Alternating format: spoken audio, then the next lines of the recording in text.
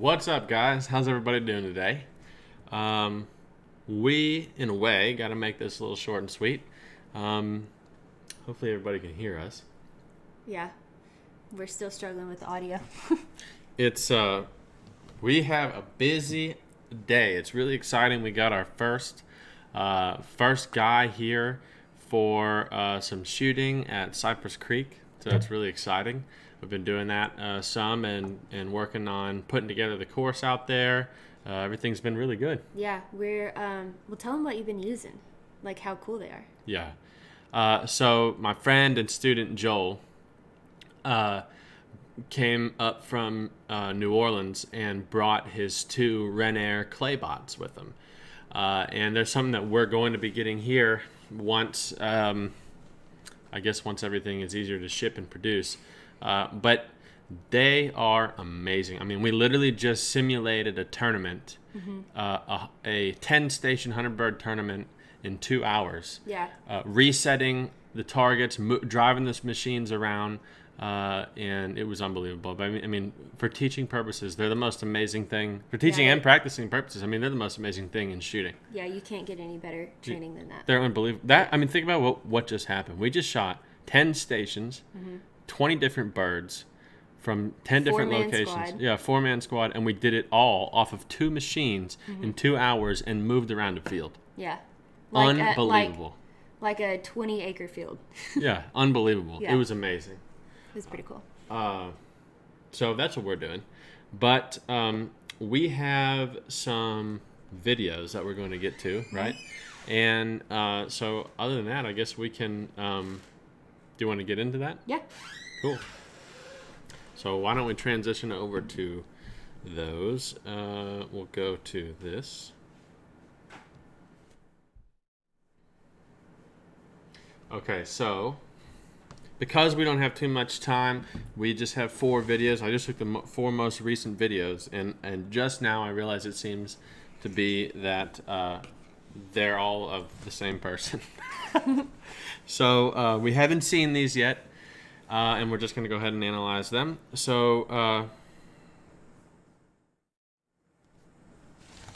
okay, so... Oh, this is Nick Massey's. He's one of my former students.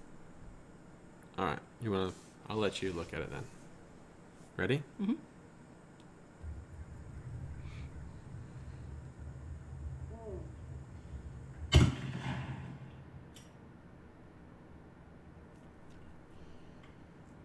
Shooting some ATA trap.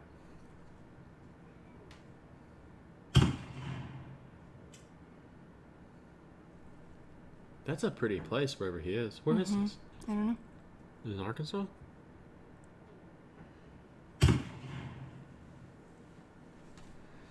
Okay, do you need to see any of that in slow motion? Yeah, let's go back to the first shot.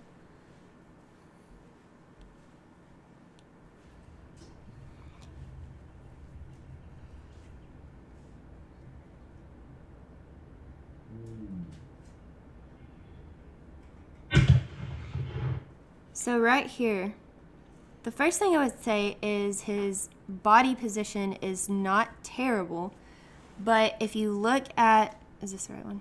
No, you want this one? Yeah. If you look right here, his shoulders are really level. However, we just had a subscriber. Cool. Thank However, you. This elbow and this elbow are a little bit too high. And what I mean by that is they're raised up this way when it should be a little bit more of a relaxed position here. So bring this this down just a little bit here, and you'd be good there. The move itself is pretty good, but you can see right here his first movement is with his hands, when it should be generating from here, lower body. So right here, you can see his first movement with his hands should be one fluid motion with his lower body, and you can see his lower body is not moving really at all here. It's moving a little. A little bit, but it's versus his front hands right there. Not too much going on. So in ATA trap, you want to move holistically through your core? Mm-hmm. So I want to point out, because Kayle was talking when that happened, but it looks like X Flat Raider just subscribed. So thank you for doing that. If you guys do subscribe to the YouTube channel, you'll get notifications every time we go live, every time we post a new episode, and you can interact with us a lot better later on in the future when we do lives. So we really appreciate that. Oh, Nick just commented. Okay, let's go to the second move. He says, so it's about 15 minutes from here. In Guy? Where's that? Oh, that's up by where Row is. Cool. Yeah, not very far. Beautiful area. Okay, so this one is a right-hand target, and you can see he moves a lot better, making his body turn fluidly. The only thing on this one is right at the end, you'll come off balance just a little bit right there. See how your body is like this, a little bit off balance? Try to keep that stance a little bit more forward. That way you keep your balance where you initially started. What do you see? I see, so I'm going to go to yellow because you're blue and I'm yellow. So going back to the first bird, okay, one thing I'm seeing that's good, and I'm not a big American trap shooter. I'm not, don't take my word for the gospel here. But the one thing that I'm seeing that I'm liking here is, number one, let's look at the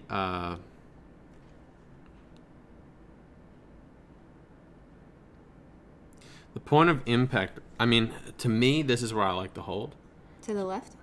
Well, no, that's just a plants. I mean, he's probably holding dead center, but he's that high off. Yeah. So it's looking like he's about right here. Yeah. Okay, so that's good. I do like that. Additionally, if you watch, actually, let's redo that. As you watch, I mean, look at how still he holds until he acquires a good visual connection with the bird. Yep. That's also very good.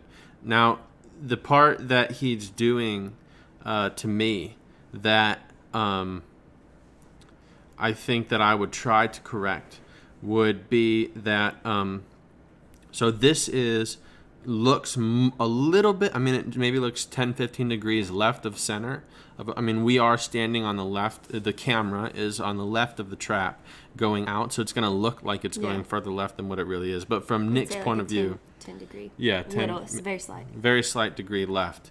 So that movement, when it's not really left or right and mostly straight away, a lot of people tend to move forward in response to the bird, when in reality, if I'm relating this back to my game, and I might be wrong, you tell me, Kayle, but the movement that I'm seeing here, or what I would want to see is, let's say right now, that's not very good. Oh my gosh. I can draw, I swear. Okay, so let's say that's down the center of his back. If I bring this, why is it doing it on that end? Okay, if I bring that down to in between your feet, what I want to see your body transition to on a bird going up is something more along the lines of being corrected to that, which will bring the plane of your gun up, okay, for me. Now, what ends up happening for most people is they actually end up transitioning their weight forward and what it ends up looking like is that the front hand and the back shoulder kind of push and stretch forward, so that the back, instead of being that red line just kind of becoming more vertical, what ends up happening is the back does this. So we kind of like invert the back into somewhat of a curved line, and that does the same thing of bringing the gun up. But the problem is it's not the most efficient way to do it, and it involves the hands too much. And you can see that there. Do you see? And you'll see it the most by watching around here. Watch the head. See how it looks like the head? And it's almost like, if you can imagine, in an extreme sense or an exaggerated sense, the chest is pushing out, and this is happening in the back. It's very subtle here, and I'm exaggerating it a lot more in my drawings. But that's essentially a minuscule version of what's happening. So I'd like to see more of it being more of a core movement. But other than that, I mean, good response to the eyes, good visual connection, and just basically maybe move a little slower and more calm and relaxed into the bird. Yeah, try to keep your body, your feet, your whole body moving as one, because in ATA trap, we know the hands are only there to hold the gun. You don't want to generate your move from your hands. Why don't you go to another video for us? Okay. We'll play this one. Awesome. It looks like Ron just donated $20, and he says, thanks for the advice on the video. So I think that's referencing the video that he sent in last week. Cool. So thank you, Ron. We appreciate that. That's nice of you. Really cool. Thank you. Okay, so we got a skeet one. Skeet video. Okay, let's play this. I'm gonna play it in slow motion. Maybe skip through that.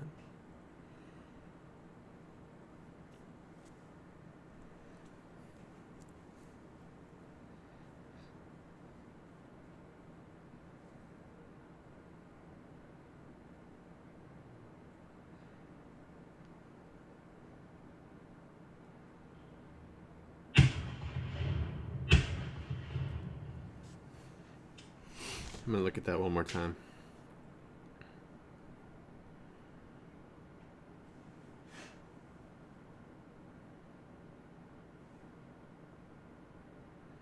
Okay, so what I'm looking for here is, now there's a difference. There's a difference between low mounting and international skeet and low mounting and something like FITASC, because what we're doing here in international skeet, one of two things are happening differently. Number one, we are basically, it's a reaction in terms of when the bird is coming. It's not exactly when you call pull. Number two, we need to get the gun in as fast as humanly possible, basically. I mean, it's all about quickness in the move, and less about harmony and connection with the target. This is my understanding of international skeet. I'm not an Olympian. You know, if we have someone like Vincent Hancock on here, might say something different. But after observing a lot of that, you know, the goal is connection as a sidebar, but the main idea of it is precision of placement of the gun with speed. So two things happen differently in international skeet versus FITASC. So number one, you're going to have a point of impact, so when I'm talking about point of impact, I'm talking about where the gun is pointing out here at the distance of the bird. Okay, so point of impact on international skeet is going to come down into the bird for most people. I've seen other people do it the other way, but it's not as fast that way. So that's a big difference. The other difference is, in order to try to cut this distance right here, we want to try to get that distance closed as quickly as possible. What we're going to do is make two movements at the same time in the opposite direction. So at the same time that the gun is going to go up. A change of posture is going to come down. And that basically doubles the speed of the gun without really doubling the speed of the gun, if that makes sense. And you're only going to see that in something like International Skeet or something like a trap bird in FETASC, where it's more about speed than anything else. So when we watch him do this, honestly, I think this is a good move. Mm-hmm. I mean, you see the gun come down, and you see the body come into the shot at the same time that the gun does. There's no missynchronization of moves there. What I would like to see a little bit better is if I was tracing the line of the point of impact, it would be more. Let's say he's right here right now. What was that? Oh, cool. Talos Elite just subscribed. Thank you. We appreciate that, guys. Okay, so what we're seeing as everything's coming together, you're going to see like almost this movement. That was like a little dip. An absolutely horrendous drawing. More like this movement. Excuse me. Gosh, I can't draw today. It's not. Yeah, it wasn't quite that exaggerated. Like that. Okay. In terms of his point of impact, what I would like to see.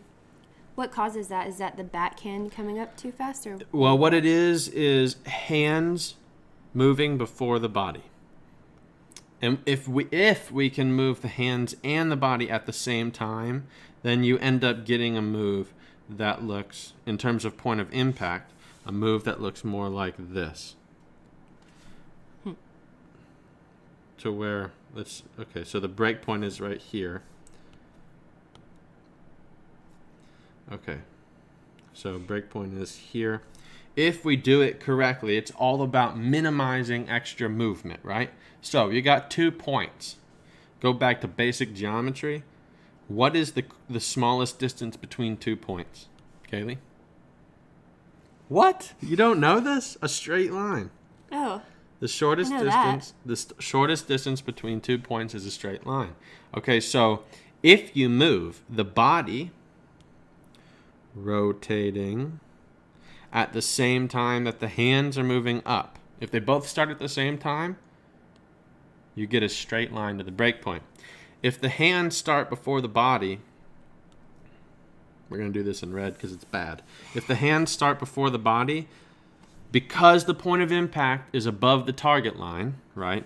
Because here is the target line in green.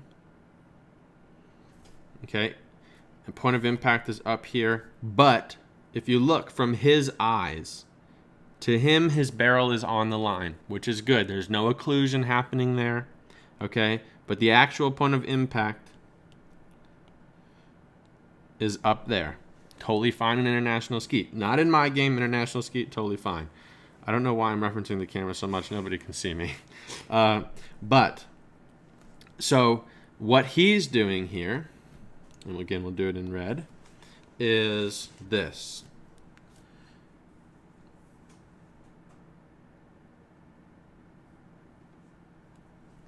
Into the break point. And it just wastes a little bit of extra time. Okay, makes it a little bit harder because the hands start first. That's why you see more vertical change down. Even though his hands are going up, okay, the point, this plane here is pivoting because his point of impact starts above the target line. So he's got to pivot his gun. Gun's going to come down in the front, up in the back, so that is eventually going to end up on the target line. Okay, so if the whole deal, basically what I'm going in a roundabout way is to say, just start the hands and the body at the same time. It'll make your move seem way quicker, but you'll feel like you're starting at the same time, and it'll make the target seem slower because of that. But other than that, I see a good move here. Again, I'm not an Olympic skeet shooter, but check out this other thing that's cool. So, I mean, he's changing posture as he goes down, obviously, because he has to. But altogether, he's rotating. Look at this rotation. It's pretty good. I mean, for International Skeet, where you have to have a lot of torque and generate speed quickly, he's he's rotating around the central point of his body really well. I think that's a good move. I do too. Like it. I think it is too. I like it. Very cool. These are good videos because we can be pretty informative with them. Well, because you can see the target and his move. Okay. So JB says, what would the difference be in approach for these shots on a sporting clays course, if any? I think I pretty much answered that, right? I think so, yeah. Maybe just give like a quick summarized version. Sure. So let's go back to this, and I'm going to draw the target line like this again. Okay, so there's a target line. What I would do would be, okay, so red is going to be international skeet, green, actually white is going to be sporting. Okay, so international skeet, the plane of his gun is like this, and his point of impact is up here. And for speed of movement, his move, ideally, it's going to go there to the break point. In terms of his point of impact, right? As he does that, though, it's going to look like his barrel. It's going to look like his barrel, for him, does that. Because it does, right? But because it's pivoting, bottom of the barrel is going, or front of the barrel is going down, back of the gun is going up. This move. That's a pivot move. It's very fast, not very precise, but you got to do it in skeet. For a sporting shot, again in white, my point of impact is going to start here, exactly on the line. The plane of my gun is going to be like that, right? So the whole gun, instead of being like this, is going to be more like this, okay? And that way, as I mount my gun, remember this, how do I do this? This line up here was tracing his point of impact from his hold point to his break point. For me, as a sporting shooter, my move is going to look exactly like this. Straight on the line of the target the whole way. And as I do that, my gun is not. So, as a skeet shooter, for speed, because again, point of impact is above the target line, I'm going to do this one more time.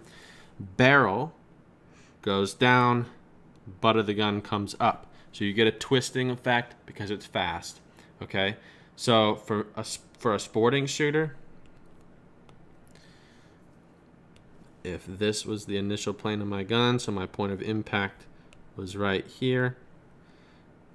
I'm pretty fast at this today. Mm-hmm. My gun, the front of my gun, would go up, and the back of my gun would go up equally, so that at my finishing point, I would be in the same plane with the gun as I started, not pivoting it down, so that the whole time my point of impact can stay on line.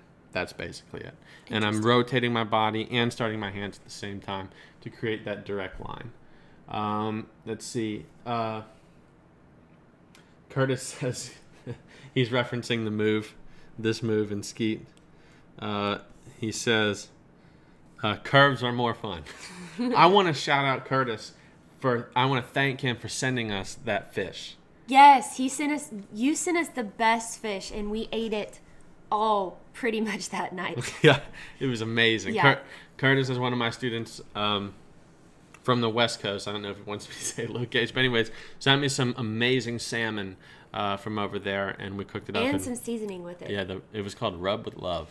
Curtis, I'm smoking some ribs tonight, and I put that seasoning. You did? On my ribs. Ooh. Yeah. There wasn't much left of it, but I sprinkled some on there. Yeah, it is some good rub. Thank you for that. Okay.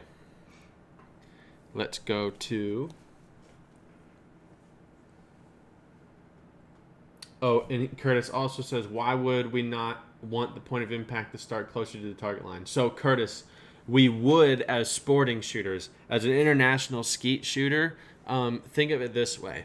In terms of it's always about the biggest net benefit, right? So in skeet, you need speed more than connection throughout the whole line. And I can pivot weight a lot faster than I can lift weight, right? So in skeet, it's a lot easier for me to flip my gun than to lift it up and make a precise move. So in skeet, there's more timing based in the shot than connection. But if you're really good, it doesn't really matter because the time, look at somebody like Vincent Hancock, Kim Rhodey, or Amber English, or what's the girl's name that made the team? Austin Smith. Oh, yeah. And so if you look at those guys and girls, their timing is it's amazing. They also have a great connection to the bird, but they're able to do it that fast, right? For us, because we have more time and we can make shots develop, and we don't have a limitation on the line of our gun in terms of our draw length, we can make every shot be a connection from start to finish the whole time, and we don't need the speed because of it. If we need to have speed, we can have our gun a lot higher. So that's where that comes into play. I'll let you do the trap.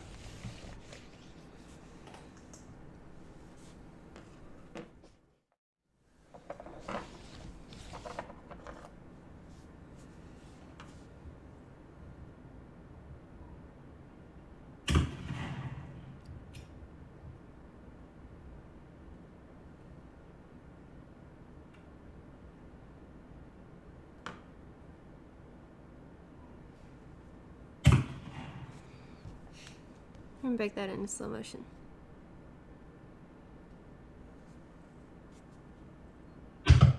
Right here, look how good he lets the target out. I mean, it's going. His eyes are probably going to it about right here. Holy crap. And then he makes a move. Look at this. Wait, let me do something cool. Go back to the beginning.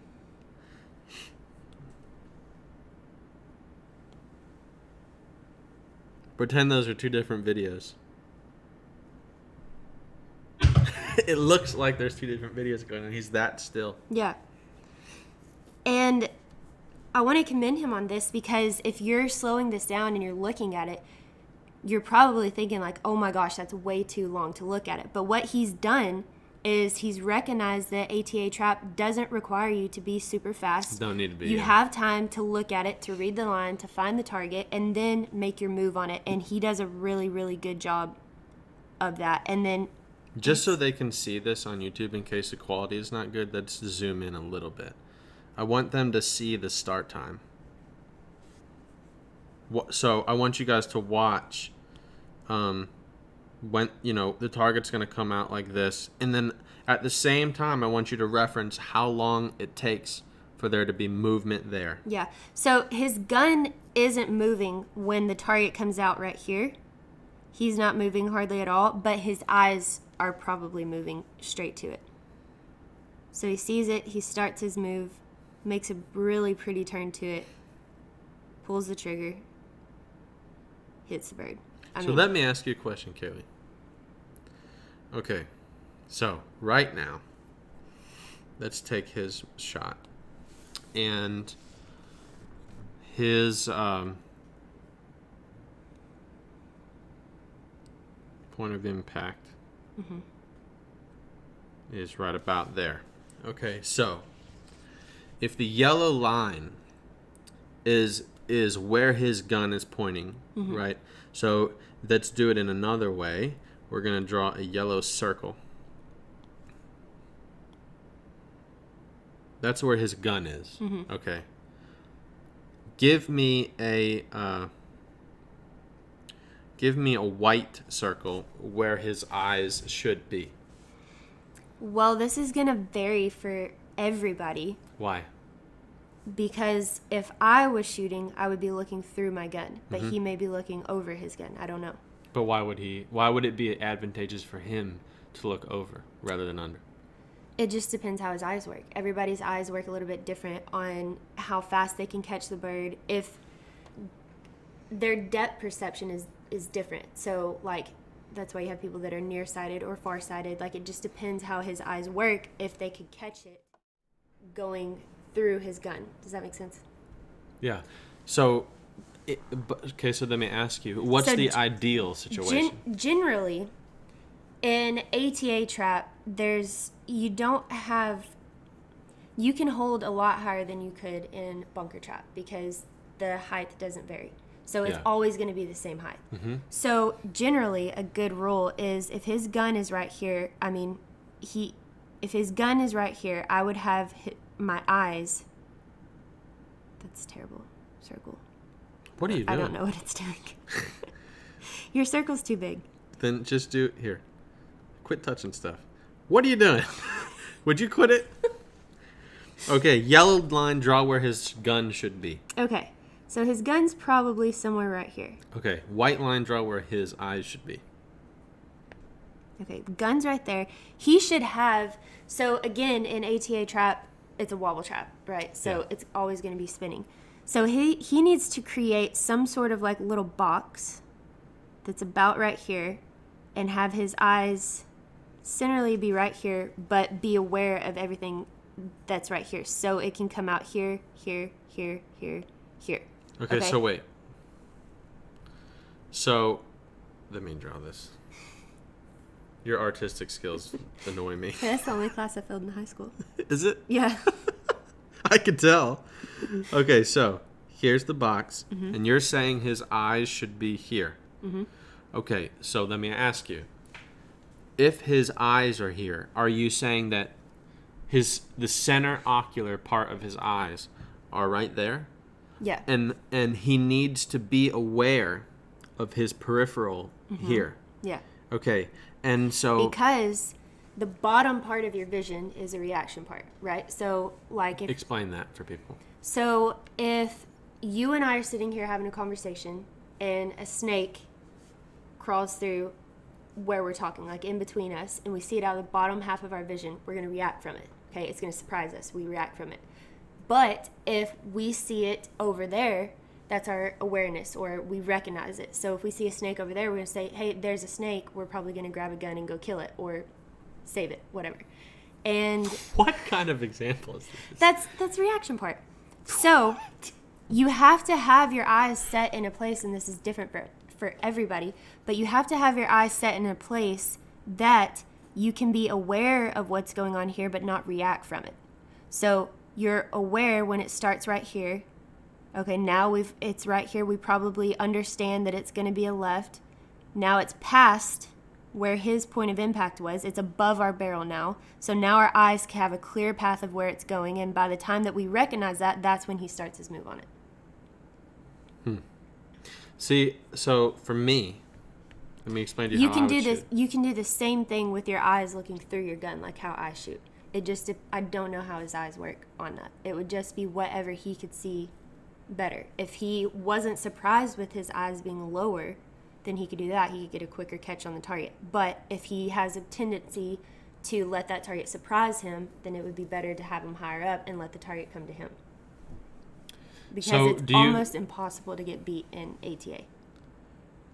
So for trap shooting,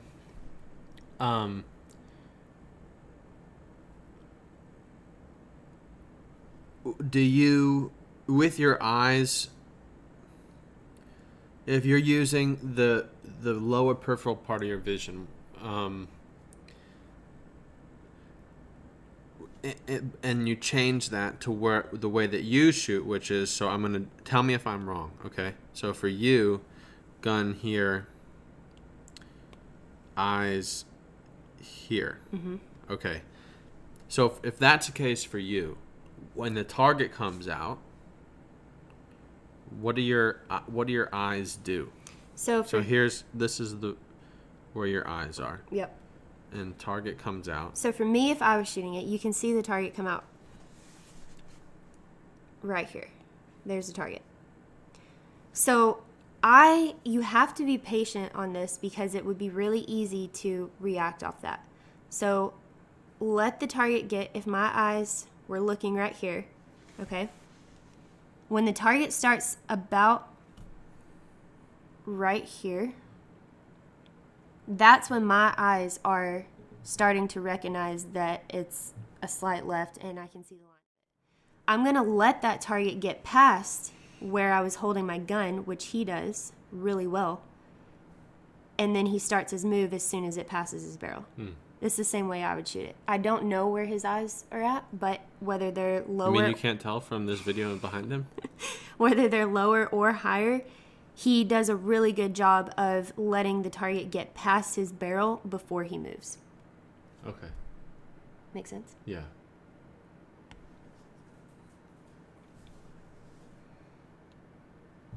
Cool. Let's go to... Main.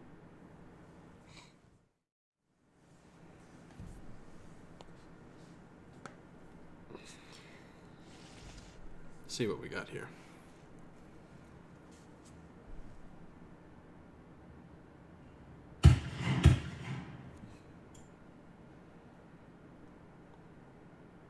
This is hard.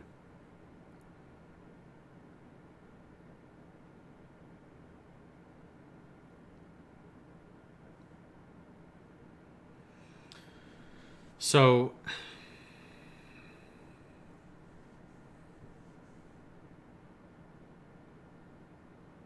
it looks like he curls just a little bit. if I'm watching this and being very critical, at the moment that you get to your breakpoint on the first bird in this video, it looks to me that you're overextended, which in a single, not a big deal.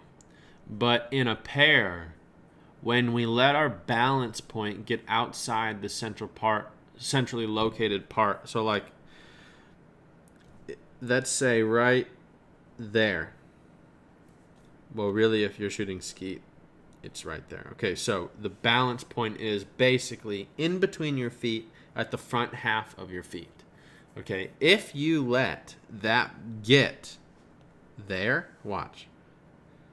At that point, your balance point in this video, you're overextended outside of your body. What's hard about that is once you get there, changing directions becomes very hard, right? So what ends up having to happen to change directions is we have to coil the body because we're already extended past the point of balance, so we can't turn the body back around. So we have to twist the body. So watch.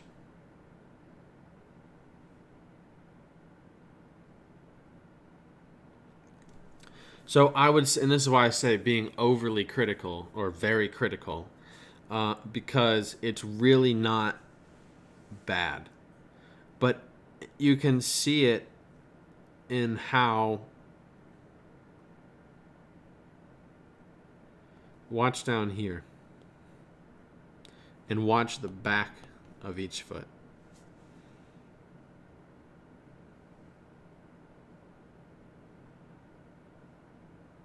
Right now, I mean, they just went up. Watch, going backwards in the video, they're coming down, going forward, they're going up. I mean, we're talking about like almost nothing, but watch. See this? Now that looks totally different. Shift, yeah. See, when you zoom in, it's a totally different view. Okay, going backwards, forward now. There's your first breakpoint. Okay, so if you can try to be aware of that, I think it will shorten the timing in between each shot, make it a lot easier to allow that to come together for you. And you can do that by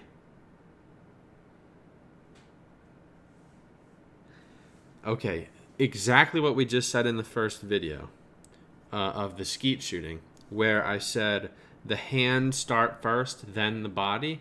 Watch this video. Hands, body. See that? Hands, body. Now, when I say hands, body, I mean that the hands only move the gun up and down. The body only moves the gun left and right. So, yes, your body starts when your hands start, but the body starts moving forward as part of your mount. We're not counting that. You're wanting it to go rotate and to I want the rotation. It's still a fluid motion. Yes, I want the rotation to happen at the same time as everything else. Because what that allows you to do is get to that first break point with much less needed torque and speed. Because at the moment here where you're mounting the gun, the target... And then having to turn, it's gaining on you. Yeah, the target is doing nothing but gaining. So target's coming this way, and your gun... I know it is. Oh, yeah. This is just I know that the target is right here. I'm just doing a demonstration here. So as the target is coming that way, left to right, your gun is basically only... Your point of impact is only moving down. And as it moves down, this target is gaining ground on you. So you're collapsing. You go from take it this way. Forget where this target is right now. We're going to simulate something. So right now, point of impact is about here. And let's pretend that the trap house... Skeet house, but it's a target. So trap house is there. And let's pretend that the target starts to move the millisecond that you start to move, because that's the way it should be in Skeet. Okay, so that means that the moment you start to move, the target should be... I'm going to draw the target line here. So let's say the target line is like that. And let's say that let's pretend your break point is supposed to be here. And like I said, your hold point is that white line. And right now, the target is here. Okay? Okay, you've just started to move in this video right now. So the target is right there. And your hold point, your gun has gone from there to now there. Okay, now your gun has gone from that second dot to right there, and now the target is about here. Okay, now your gun is here, and the target is here. Now your gun is here, target is here. Now your gun is here, and the target is there. And so you've taken a gap this big and shrunk it down to this big by the time you start to move. And that's why you're overextended at the shot, because you need so much speed. But if you just start the rotation, you can move so much slower that you can basically slowly over time collapse this into whatever the lead is needed at that point in a much slower speed. And so then that way you can turn around much faster without being overextended in weight. Because when we have to move fast, an extra layer of speed is weight redistribution. Mm-hmm. So if we're not rotating fast enough, we'll lean to add speed, and then we'll also move the hands to add speed. So if you can move in time, it really influences how much speed you really need. Does that make sense? Makes sense to me. Yeah. Cool. Jinx. What? Let's go to the main.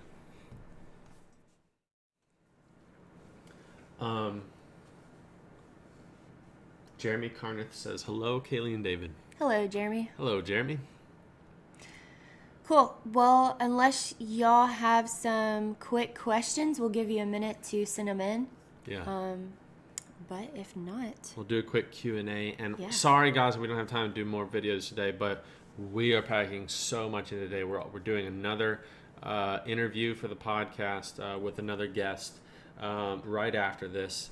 And we've been teaching all day. So we will give the videos more, maybe later this week or in the weekend. Maybe we can add another live and just get in depth into some videos so we can get into them, because we're more behind than I would like to be on that. But these were good analytical videos, I thought. Yeah, very good job, Nick, on your videos, because we could see the target, we could see your full body in it, and those were good videos. I think everybody could learn something from that, whether you're a sporting shooter, a feed test shooter, skeeter, trap. What the common denominator here is, you want your body to be a fluid move no matter what game you're shooting, whether it's in bunker, ATA, skeet, sporting, feed task, whatever. You want a fluid move in your body. Like you want the rotation and the coming of the gun to be one. Yeah. So, I mean... We have a first question. So Ian H. says, can you explain a dropping crosser? Yes. It's a bird that's crossing left to right and also dropping. I'm just kidding. So I'm going to take that to be as, can you explain how to shoot a dropping crosser? I can. Let's pretend that we're going to take the shot from where Nick is standing. And the shot is coming off of a tower, crossing, and dropping like that without the hump in the middle. Okay, so for me, the way that I shoot, I can quickly explain this by doing this. The amount of... Oh, nobody can see the video that I'm drawing on. Go to the coaches scene. Sorry, guys. So let's say that that's the video. That's the target coming from a tower. And the way that I shoot, very quickly summarized because I don't want to take too much time. But the amount of vertical change up between your hold point and the highest point in the line that you will be with the target. So that means, very quickly, if you're shooting a bird that does that, okay, and your break point is dropping and your hold point, there's only one hold point for any target, and that is the closest point in the line that you can hold the gun without being beat and without waiting on it. Okay, so let's say for this bird, our hold point is there. Okay. The highest point in the line that I travel with the bird is going to be right here. Okay, so that means the vertical change between here and here, which equals that much, that equals, essentially in a way that I can explain a lot better in a longer period of time, your draw length. Okay, now take that, and then you're mounting the gun through the process. By the time that the bird gets here, you're fully mounted. And any moment that the bird is going down, I'm in the gun and changing my posture with the gun or with the target rather than mounting. I don't ever want to mount the gun up to a bird coming down, because you're doing this. The target's going down, you're going up, you're going the opposite direction of the target in terms of your point of impact. So if I take that very quick example and I apply that to a dropping crosser, it's very easy because there's no point in between my hold point and my break point anywhere in this line where I'm going up. So for me, this whole shot is done with no vertical change going up. It's all down, which means that it's all going to be a change in posture. So I want to make sure that as the target is going left to right or right to left, I'm rotating at the speed of the bird, but I'm also changing my posture, not my hands, so that I can stay in line with the bird as it comes down, and not change the relationship between my hands, meaning my gun, and my eyes. I want this to be static as I go down, unmoving, unchanging, from start to finish. And that's pretty much it. How do you get yourself out of your head when you are struggling when shooting? Caden Fitch asked that question. Caden's been pretty active on the podcast, so yes. Thank you, Caden. We appreciate it, and we appreciate the interaction on social media. So I would say the best way to look at that is go to one of the podcasts. Yeah, I would listen to the Middle Game series of the podcast, and we cover a lot on that question. And then if you're still confused, we are going to be talking with Henry Hopking. Yes. Nice. And we can get a little more into depth on figuring out exactly like a personalized thing for you to do, like some steps on that. If you want, send us an email, very personalized email about an example you went through, and we'll ask them.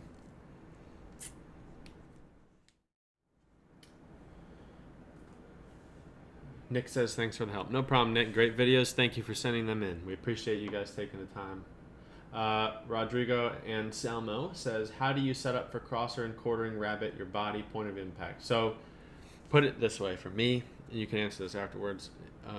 For me, if it's a rabbit, a batu, whatever it is, I don't put that definition, I don't put that characteristic into part of my approach to the bird. If it's all about angle and target line for me. I don't care if it's a rabbit or anything else. I'm going to do the same thing. So the way that I shoot a rabbit is the same way as I would shoot a quartering standard target in terms of my body, point of impact, everything. The only difference on a rabbit is it's on the ground, so it's lower, so my starting posture will be lower. Yeah, I would say just get as close to the bird as you can for your whole point without getting beat or without having to wait too long on it, like you said a while ago. Tom Childress says, Doug and I are going to now open a range to practice. Any tips on how we should approach this practice? So he's talking about Doug Blowers. Oh, cool. Yeah. Tom is one of Doug's friends. So Thanks for watching. Doug's probably watching here too, so hello, Doug. I'm going to a now open range to practice. Any tips on how we should approach this practice? The best thing you can do for practice and sporting is work on the mechanics. Don't try to learn targets because you'll never see them again. That's my best advice. Yeah, I would agree. Work on technique. Yeah. And don't worry about a score either. The best way I think to get better at a technique is to do drills and repetition. So work on that. Trevor Shanahan says, explain how to achieve consistency and a potential explanation for why somebody could go months shooting in the low mid 80s and all of a sudden start shooting 90s, then back down to low mid 80s. There are a million reasons for that. Yeah, there are. Read the first half again. I can't see it. Explain how to achieve consistency. Repetition. Yeah, I would say repetition. What you're looking for, what the question really is how to get consistency in score. My answer for how to get consistency in score is look at your routines, all of them. Look at everything that you do, and if you want consistency in the result, have consistency in the process. Yeah. In every way, your practice, your nutrition, your sleep, where you're staying, what you're doing, how you're thinking, what your routine is in the round.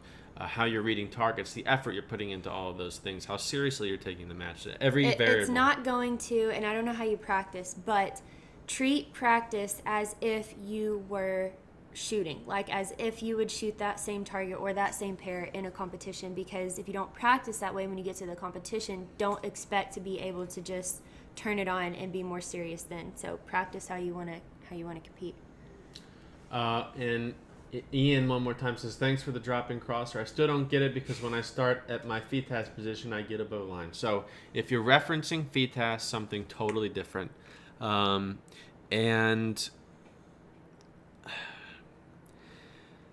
FITAS is very similar to what you would do in international skeet. The front of the gun is going to have to come down. And so what you're going to end up doing, well, in a way, what you're doing, long story short, I can spend a 2-hour long video analyzing a FITAS move and explaining everything that's happening in terms of the proprioception and the triangulation of it and your visual titration and your moving and your mechanics. But long story short, what's happening is as the target is crossing and going down, think of your gun. I'm going to make this quick, and this will be our last question. So here's the gun. Let's go to unmounted position. Okay. This is the gun, okay? But it's not just a gun. It's a geometrical plane. Sorry to do math on you guys. I know that it's not fun. But extend the plane of the gun, and you have a plane. And it continues on forever, okay? What you have to be paying attention to in terms of FITAS is if the target line is crossing and dropping. Okay, that's a subtle drop. Let's do a little bit more. If that's the target line, okay, the extension of the plane of your gun should run into the depth, will run into the depth of the target at one point. Meaning that if the target's 40 yards away and your barrel was 40 yards long, that's going to be at the distance of the bird, okay? That point is right here. Okay, when shooting feed task on a dropping crosser, that red dot is what you have to pay attention to. And as your body rotates, you got to keep this red dot. Whoa, that was convenient. You got to keep that red dot on the target line throughout your move. So what that means is I hate using math, but you have to. This being one whole plane of the gun, the yellow gun, and the white line as one plane, the whole plane will pivot, right? The fulcrum point of that pivoting plane is the red dot. Everything past the red dot is going to be going down. Everything before the red dot, so between the target and you, should be going up. So that means that in feed task, the front of the gun is still going to go up, unlike international skeet. But it's going to go up less than the back of the gun. Because when you get to the point where we're at a fully mounted position, do you see how the plane is subtly changed? Okay, so I drew those two yellow arrows pretty good. So it travels up a little bit more in the back than the front, but everything past that red dot, everything past the distance of the target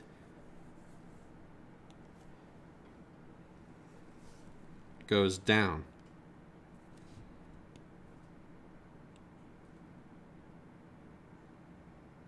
See how that works?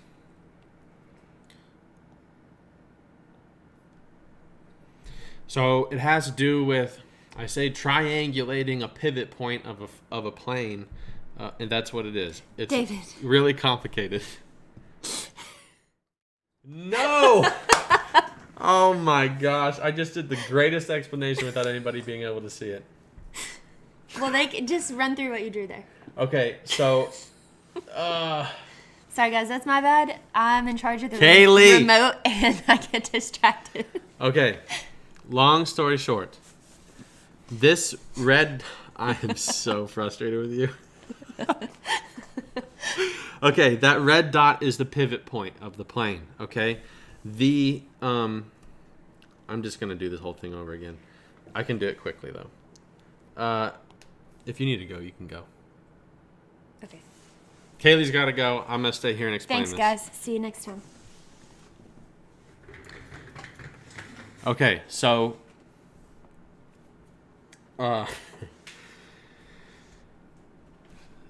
as the let me go to this.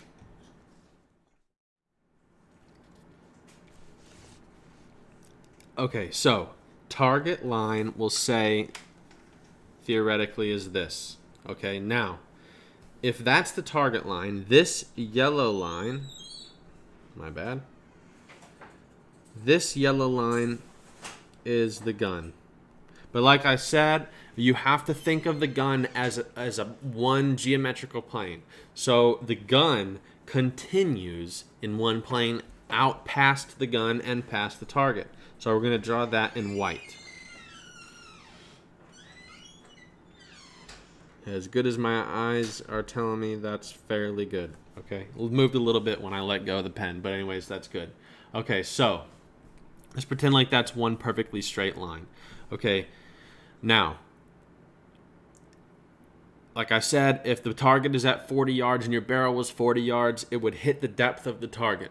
So the point at which your gun plane is at the distance of the bird is this red dot. Okay, the intersecting point of the gun plane in the target line. That point you have to be able to keep on the line of the target as you mount the gun and rotate, if you want to create a proprioceptive connection, which is very important. So as you're rotating, you're going to be mounting the gun. And if this is one geometrical plane and it's pivoting, okay, everything between this red dot and you is going to be going up, and everything past that red dot is going to be going down. Okay, so what you have to be able to do is basically, if you keep your vision out at that red dot, or if you keep your vision, the red dot represents a target in this demonstration. If you keep your vision out at the red dot or the target as it's rotating, you will naturally point the gun. If you, through practice and working your proprioceptive connection and your skill and your proprioceptive skill, it's really a lot of hand-eye coordination. You can mount the gun and keep your point of impact on the target line as it goes through, and that's what you're going to end up doing. So at the same time that you're doing that, you're going to want to bow your posture down, shooting feet task on a dropping target, like a powered down crosser, which you see a lot in Nick's move here. Okay, he's coming down into the gun as the gun is coming up, and that's really what you're going to want to do. So to make a better connection at the end of the line, to fix that problem, because again, like I said, we don't want to be mounting the gun up to a bird coming down. What you're really doing here by doing this thing that I demonstrated is you're not really mounting the gun up to a bird going down. You're keeping the point of impact on the target the whole time. But I would suggest getting into the gun for a little while and holding that shot and staying in that line and changing your posture as you continue with the target, so that for a little bit, a split second at the end of the shot, you're connected in a better way than mounting the gun up and coming down with the bird. That's the short explanation. If you need a better explanation, you're going to have to book a lesson, because it takes shooting and some in-field practice to learn it. But that's a mathematical explanation of what's happening in a perfect shot. Cool. So I think with that, not to fry everybody's brain with math again, but I think with that, we'll call it there. And those are some good questions. That should be good. Cool. So go back to here. Cool. Well, I'll let you guys go. Sorry this had to be kind of short, although kind of short for us is an hour and 20 minutes. But appreciate all you guys hanging by and staying with us, even though we had to change it from yesterday to today. We're going to continue to make them on Tuesday nights every night. We just had to move this one. But should be good. If you have any other questions, send us an email, subscribe to the YouTube, follow us on social media, submit your videos. We'll try to do this on a weekly basis and get you guys involved. So that's all I can say for now. Yeah, appreciate it, guys. Thank you so much, and we'll be back with you pretty soon. If you haven't checked it out yet, listen to the podcast, watch the podcast that we just released today. It's titled Tommy Browning and Joel Dondas. It's fun. It's a fun, lighthearted episode, but with some really good information in it. And I'm going to get off to start making dinner and recording the next podcast. So adios. Thank you, guys, and we'll talk to you soon.